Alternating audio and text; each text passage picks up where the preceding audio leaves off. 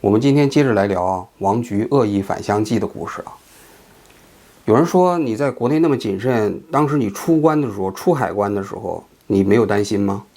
说心里话，还是蛮担心的啊。因为我出国之前，其实也在网上查信息，就发现其实海关呢，对很多中国人要出关的啊，都有一个叫劝返行为，尤其是拿旅行签证的。如果你要是没买返程票，到了机场的话，机场的工作人员，包括机组人员，都可能对你进行劝返。所以我也看到这个消息的时候，还是蛮担心的。这是第一个。第二个就是说，其实我在国内活动啊，尽管我自己特别低调，但是我也不知道我这个行为有关部门有没有盯着我，有没有注意到我，甚至是不是悄悄对我采取了某些措施，我还是不清楚。也就是说，我没有出国之前，我是不能确认自己安全的。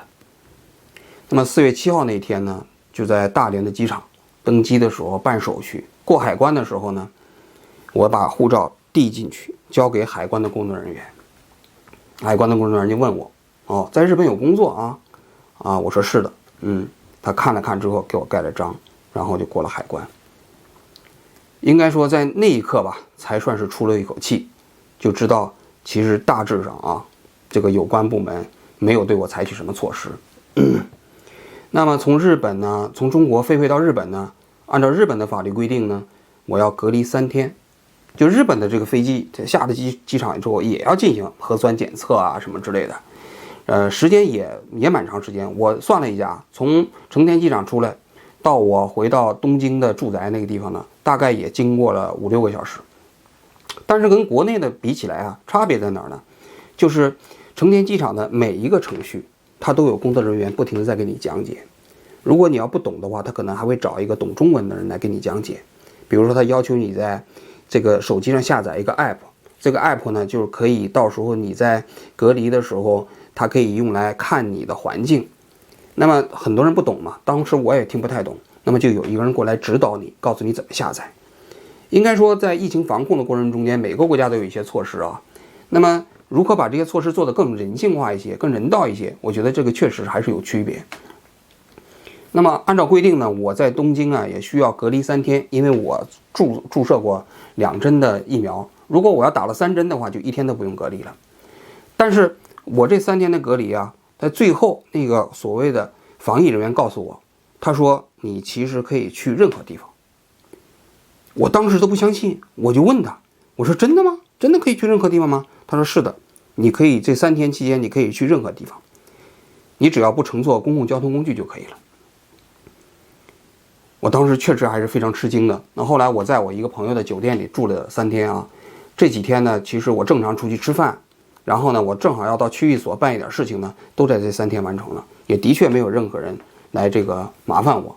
那就是有一个手机上的小程序，它呢每天有一个时间，它会给你连线一下，你也不需要说话，打开之后它看一下你周围的环境，然后就可以了。这么搞了几天之后，我这隔离就算结束了。那么有人就想问我，有人就问我，他说你怎么来比较中国日本的这个防疫措施我个人从我自己的角度来讲，那我宁愿意选择日本这种方式，而不愿意选择国内的方式。虽然从表面上来看，国内其实很多城市那种清零政策搞得比较成功看起来没有几个阳性，但是呢，你生活在那个环境里头，你感到了极大的不自由。我经常讲我经常在跟别人讲，就是说公共管理的复杂性就在于，它其实不是单一目标，它是一个复杂的多重目标。就比如说防疫这件事情，防疫当然重要了，对不对？但是防疫绝对不是我们这个公共管理的唯一目标，它有很多目标。比如说我们正常的人还要经商，还要工作，比如说送外卖的，他还要每天去谋生活，那些小商贩每天还要谋生活。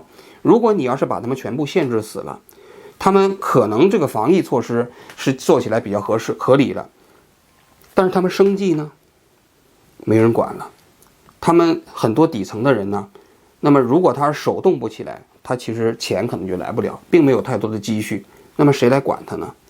是吧？所以一个比较良善的公共治理的方式，要综合考虑各种各样的因素。这些各种各样的因素，目的是以较小的代价来实现整个社会的最大利益。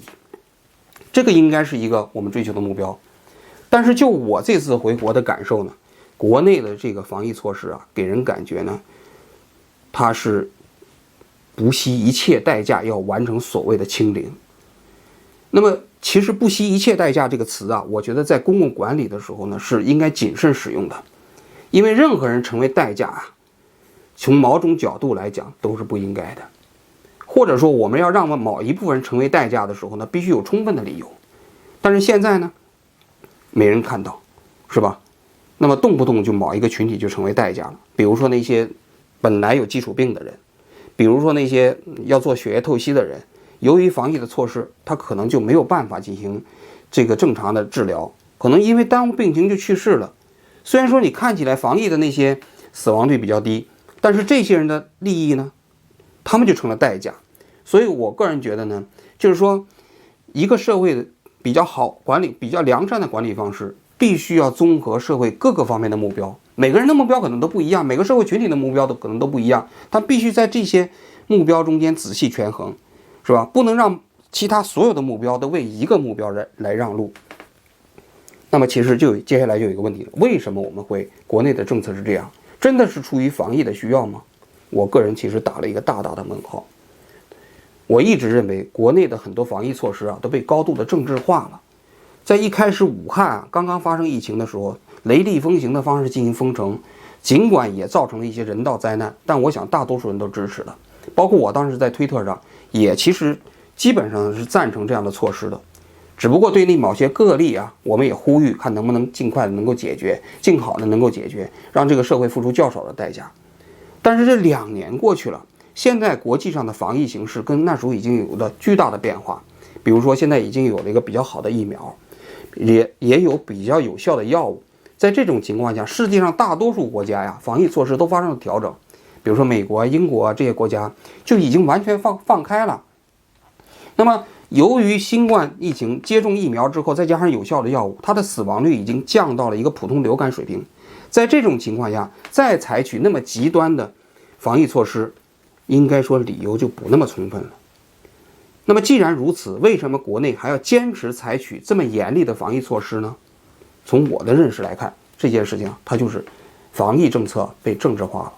因为在早期的时候啊，美国确实死了很多人，那么呢，中国这方面看起来风平浪静，经济发展也不错，似乎呢，中国这样的模式啊，又变成了一个美国那样一个模式的一个反照。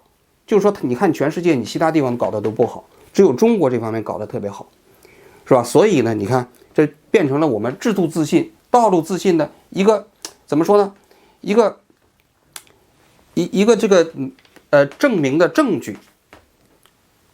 那么既然如此呢，这条路啊就不能轻易放弃。一旦放弃了，似乎过去的那么正确性呢就降低了，对吧？我觉得如果是从这个角度来讲啊，那么其实它就不单纯的是从防疫的角度去来从事这些措施了，而是要把它变成了一个自助自信、道路自信的媒介嘛，这就糟了。因为在这种情况下，你的那些专业意见就变得不重要了。因为你的专业意见仅仅是从公共卫生的角度来讲，比如说从我看来，国内的这些防疫措施现在其实大可不必。第一，进口国外的辉瑞疫苗，对不对？第二，进口辉瑞的口服药。有这2个措施进来之后，中国现在也可以实行像英国、美国那样的，就是所谓的躺平的政策吧，慢慢逐渐实行全域性开放，我觉得是做得到的。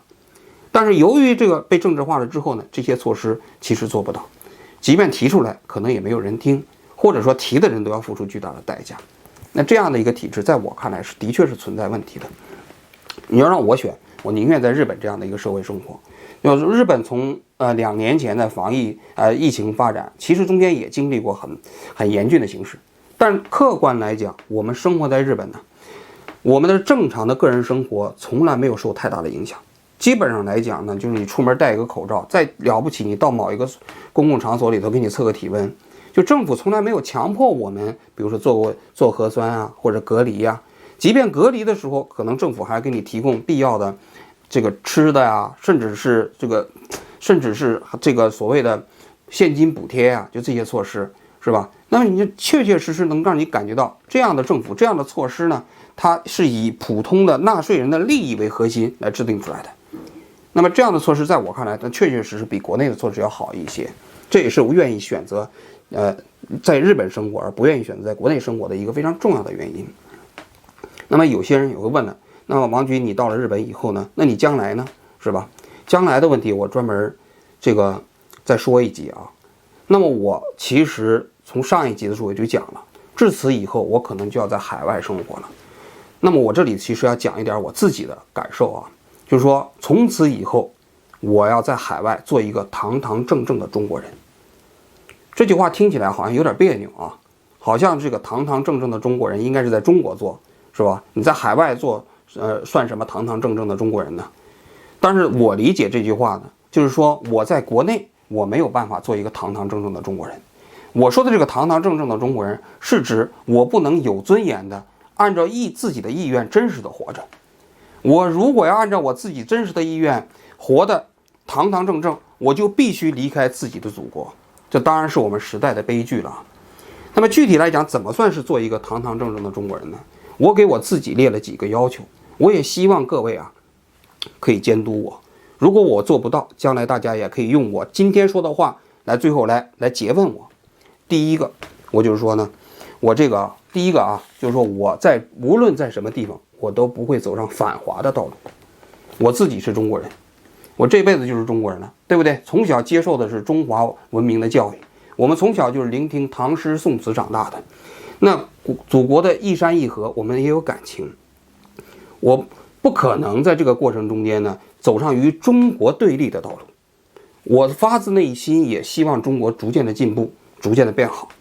所以我觉得这个所谓的中国人的立场，这一点是非常明确的，就是说我无论如何，我也不会走上反华的道路，也不会走上那些海外的一些人天天盼着中国倒霉、盼着中国崩溃的道路。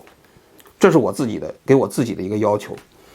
第二个呢，就是说我在海外，我不会接受任何政府的资助，哪怕1毛钱的资助，既不会接受中国政府的资助，也不会接受美国政府的资助，也不会接受日本政府的资助。我相信通过我自己的努力啊，我可以养活自己。我自己要保持独立性，我必须要在经济上实现独立。我永远也不会接受来自于任何政府的资助。这是我给我的第二个要求。第三个要求就是说，我本人呢是个无神论者，我对各种宗教的派别呀，我自己尊重，就我尊重任何一个人，他有自己的宗教信仰，但是我自己本人呢不信仰任何宗教，所以呢我也不会跟任何宗教势力裹挟在一起。大家都知道，海外其实也很多中国人啊，有各种各样的宗教信仰。那么这些宗教信仰在我看来都正常，但是我只是给我自己的要求，就是我不会跟任何宗教势力裹在一起。第四个呢，就是说我也不会从事任何所谓的实质性的政治活动。我给我自己的定位呢，可能还是一个媒体人，还是一个记者。那么我这个记者呢，我其实从某种角度来讲，还是要保持一些价值中立。那么我对政治活动本身我也不感兴趣。你说要从事什么颠覆什么政府的行为，或者资助什么行为，我通通没兴趣，知道吧？但是我对海峡两岸，对于我们两岸三地的这些政治人物，我有兴趣。假如有一天我能采访到那些政治人物，比如台湾的那些政治人物啊，香港的政治人物啊，我有兴趣，包括大陆的政治人物我都有兴趣。但是我对政治活动没兴趣。这是我给我自己定的4个方面的要求。那么概括起来啊，说白了就是3句话。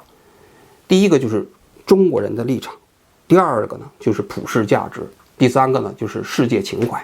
这其实是我在推特上我也曾经说过的3句话，就是我给我自己定位的3句话。所谓中国人的立场，就是说我们生为中国人，死为中国鬼，连岳老师说的啊，这个对吧？我认为所谓的生为中国人，死为中国鬼，不是天天夸中国好，而是呢基于中国的国家利益去思考中国面临的问题。当然这个所谓基于中国的国家利益，或者是我们中华民族的利益吧，那么这个角度来，可能每个人仁者见仁，智者见智。我有我的理解，某些人有某些人的理解。比如说我并不认为网上的那些小粉红是基于中国的国家利益考虑问题，我也并不认为他们是基于中华民族的立场考虑问题。可能在他们的眼中看来，我可能是个汉奸卖国贼，但恰恰相反，我也认为我是基于中国的立场，中华民族的立场考虑中国问题，这是第一点。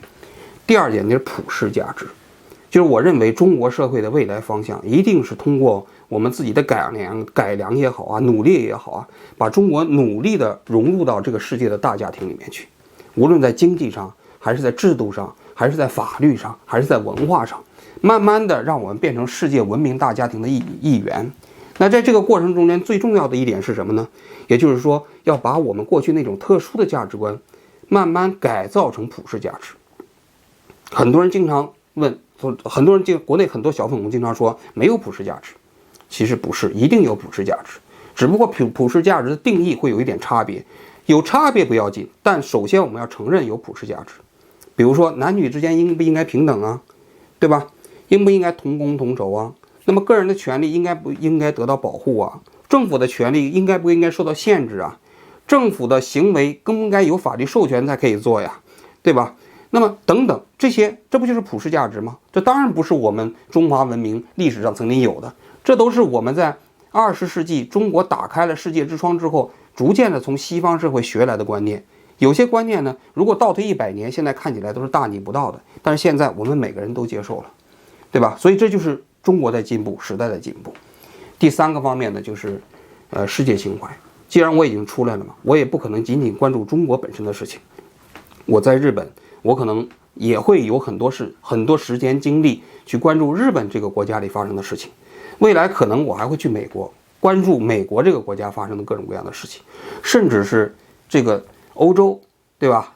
反正总而言之，过去全世界范围内的事情，只要我感兴趣的，我可能都会基于自己的时间精力的条件下去关注这些问题。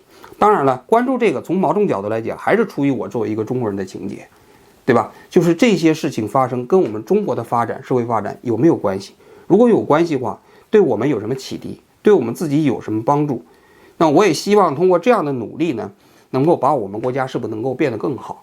尽管我们这些人会未来啊，在相当长的一段时间里头，可能会一直在海外生活啊，但我给我自己的要求是，那么我作为一个中国人，希望这个国家在逐渐的变好，我自己呢也在这个过程中间能够活得堂堂正正，再也不卑躬屈膝，再也不需要向求任何人，再也不希望能够在那种压抑的缝隙中间寻找自己那么一点点的缝隙，然后呢卑微的活着。